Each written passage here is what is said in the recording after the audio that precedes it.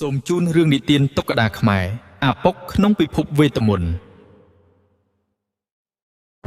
នៅភូមិដាច់ស្រយាលមួយមានយុវជនម្នាក់ឈ្មោះអាប៉ុកជាមនុស្សស្លូតបូតតែរៀងមិនសូវគ្រប់ទឹកបន្តិចនិងខ្ជិលសែនខ្ជិលជារៀងរាល់រសៀលគេតែងតែដេកលេងនៅក្រោមដើមស្វាយបុរាណមួយដើមក្បែរនោះមានមិត្តសម្លាញ់តែមួយគត់របស់គេគឺអាតាំងឡាំងដែលជាឆ្កែស្រែពណ៌មាសលប់និងមានរូបពឹសលេងមិនចេះហត់ថ្ងៃនេះក៏ដូចថ្ងៃរាល់ដងអាតាំងឡាំងព្យាយាមដាស់ម្ចាស់របស់វាឲ្យលេងជាមួយដោយការលិតមុខយ៉ាងសស្រាក់សស្រាំដោយសារអាប៉ុកមិនព្រមងើបអាតាំងឡាំងក៏ដើរហិតចុះឡើងព្រំពេជ្រនោះច្រមុះដល់ពូកែរបស់វាហិតដឹងក្លិនអ្វីប្លែកម្យ៉ាងចេញពីដីក្បែរឬដើមស្វាយវាចាប់ផ្ដើមកាយដីយ៉ាងខ្លាំងហុយធូលីទ្រលំពេញអាកាសដោយសង្ឃឹមថានឹងជួបរុនកណ្ដុរឬឆ្អឹងស៊ុបដែលវាលាក់ទុកដៀងក្រញាំរបស់អាតាំងឡាំងប៉ះនឹងអ្វីម្យ៉ាងដែលរឹងភ្លាមនោះពន្លឺវេទមន្តពណ៌ខៀវដ៏ខ្លាំងរស្មីចែងចាំងជះចេញពីរន្ធដីនោះធ្វើឲ្យផ្ទៃមេឃដ៏ស្រទុំប្រែជាភ្លឺដូចថ្ងៃត្រង់អាប៉ុកភ្ញាក់ឡើងទាំងស្លន់ស្លោយកដៃបាំងភ្នែកស្មានតែមេឃរលំឬមានគេមកដុតផ្ទះដោយភាពចង់ដឹងចង់ឃើញទាំងមនុស្សទាំងឆ្កែបានលូនទៅអើតមើលក្នុងរន្ធស្រាប់តែដីបាក់ធ្វើឲ្យពួកគេទាំងពីររអិលជើងធ្លាក់ចូលទៅក្នុងរូងវេទមន្តនោះវាដូចជាផ្លូវរូងក្រោមដីដ៏វែងអន្លាយដែលពេញដោយផ្កាយហោះនិងឧបករណ៍ណូតតន្ត្រីខ្មែរដូចជារនាតកងស្គរវល់ជុំវិញខ្លួនពួកគេអាប៉ុកស្រែកយ៉ាងខ្លាំងឯអាតាំងឡាំងព្រុសវោទាំងភាពសប្បាយចិត្តលាយឡំភ័យខ្លាចទីបំផុតពួកគេបានធ្លាក់មកផ្ទៃខាងក្រោមនៃរូងប៉ុន្តែវាមិនឈឺទេព្រោះពួកគេបានធ្លាក់មកទៅលើស្រទាប់ផ្កាឈូកដែលអណ្ដែតនៅក្នុងស្រះទឹកដ៏ថ្លាយ៉ងនិងមានពន្លឺព្រិលផ្កាឈូកនោះយឺតដូចកៅស៊ូធ្វើឲ្យពួកគេលោតឡើងចុះដូចលោតលេងលើពងខ្យល់អាប៉ុកងើបឈរហាមាត់ធំសម្លឹងមើលទៅមុខទីនេះមិនមែនជាភូមិរបស់គេទេវាគឺជាពិភពអភិនិហាដែលមានកោះដីអណ្ដែតលើមេឃដូចដុំពពកនៅលើកោះទាំងនោះមានប្រាសាទថ្មបុរាណសង់យ៉ាងស្កឹមស្កៃហើយមានទឹកធ្លាក់ហូរចុះមកកាត់ពពកស្អាតដូចគំនូរស្រាប់តែមានសំឡេងហ៊ីឮមកពីចម្ងាយសត្វជ្រូកមួយមានក្បាលធំពណ៌ផ្កាឈូកគួរឲ្យស្រឡាញ់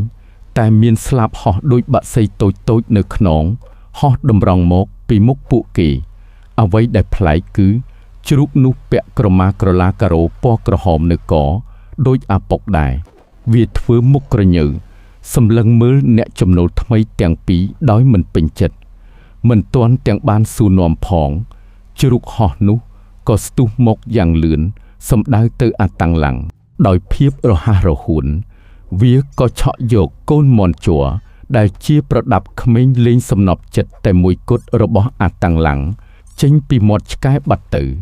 អាតាំងឡាំងដែលកំពុងស្ងាត់ដឹងខ្លួនវិញទាំងហួសចិត្តវោះ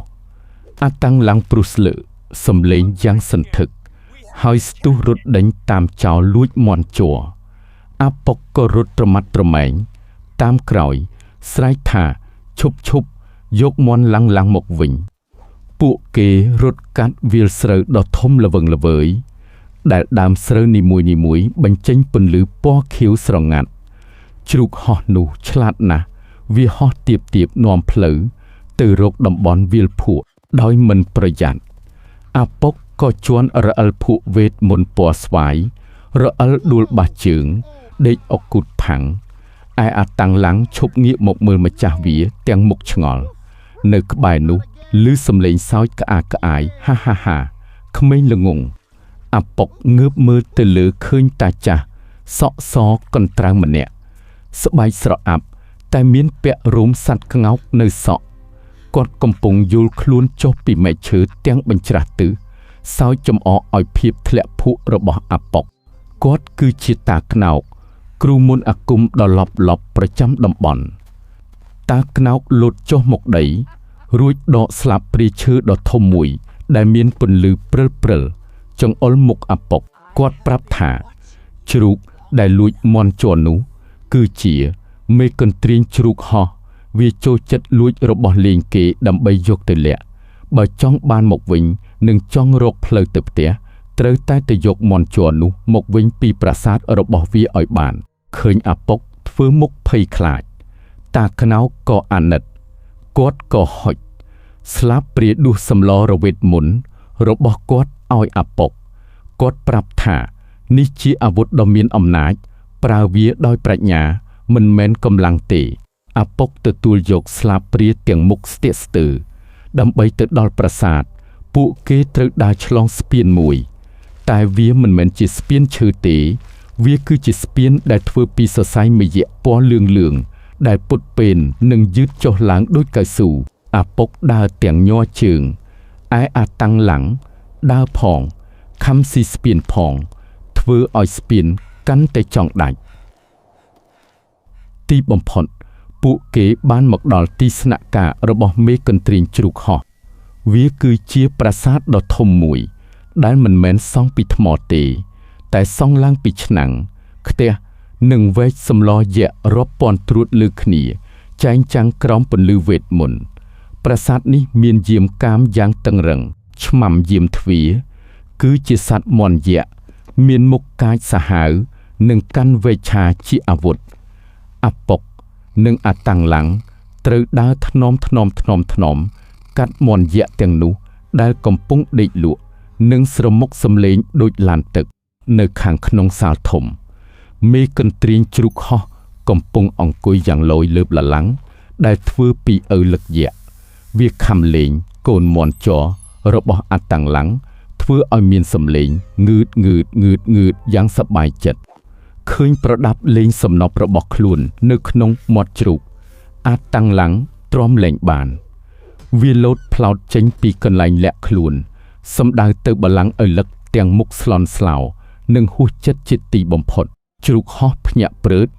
លែងមន់ជ័រចុះពីមាត់រួចស្រែកហៅកងទ័ពហ៊ីរំពេចនោះមន់យក្សទាំងឡាយដែលកំពុងដេកលក់បានភ្ញាក់ឡើងយ៉ាងលឿនហើយឡោមព័ទ្ធអាប៉ុកនិងអាតាំងឡាំងជុំជិតទាំងមុខខឹងសម្បាក្នុងស្ថានភាពអាសន្នអាប៉ុកនឹកឃើញស្លាបព្រាវេទមន្តគេលើកវាឡើងខ្ពស់ស្រាប់តែស្លាបព្រាចាប់ផ្ដើមវិលហើយបញ្ចេញពន្លឺពណ៌មាសយ៉ាងខ្លាំងក្លាចាំងភ្នែកឆ្មាំមន់យក្សទាំងអស់អាប៉ុកគ្រវីស្លាបព្រាជុំវិញខ្លួនដៀងពន្លឺពណ៌មាសប៉ះនឹងមន់យក្សអភិនិហាបានកើតឡើងមន់យក្សដ៏កាចសាហាវ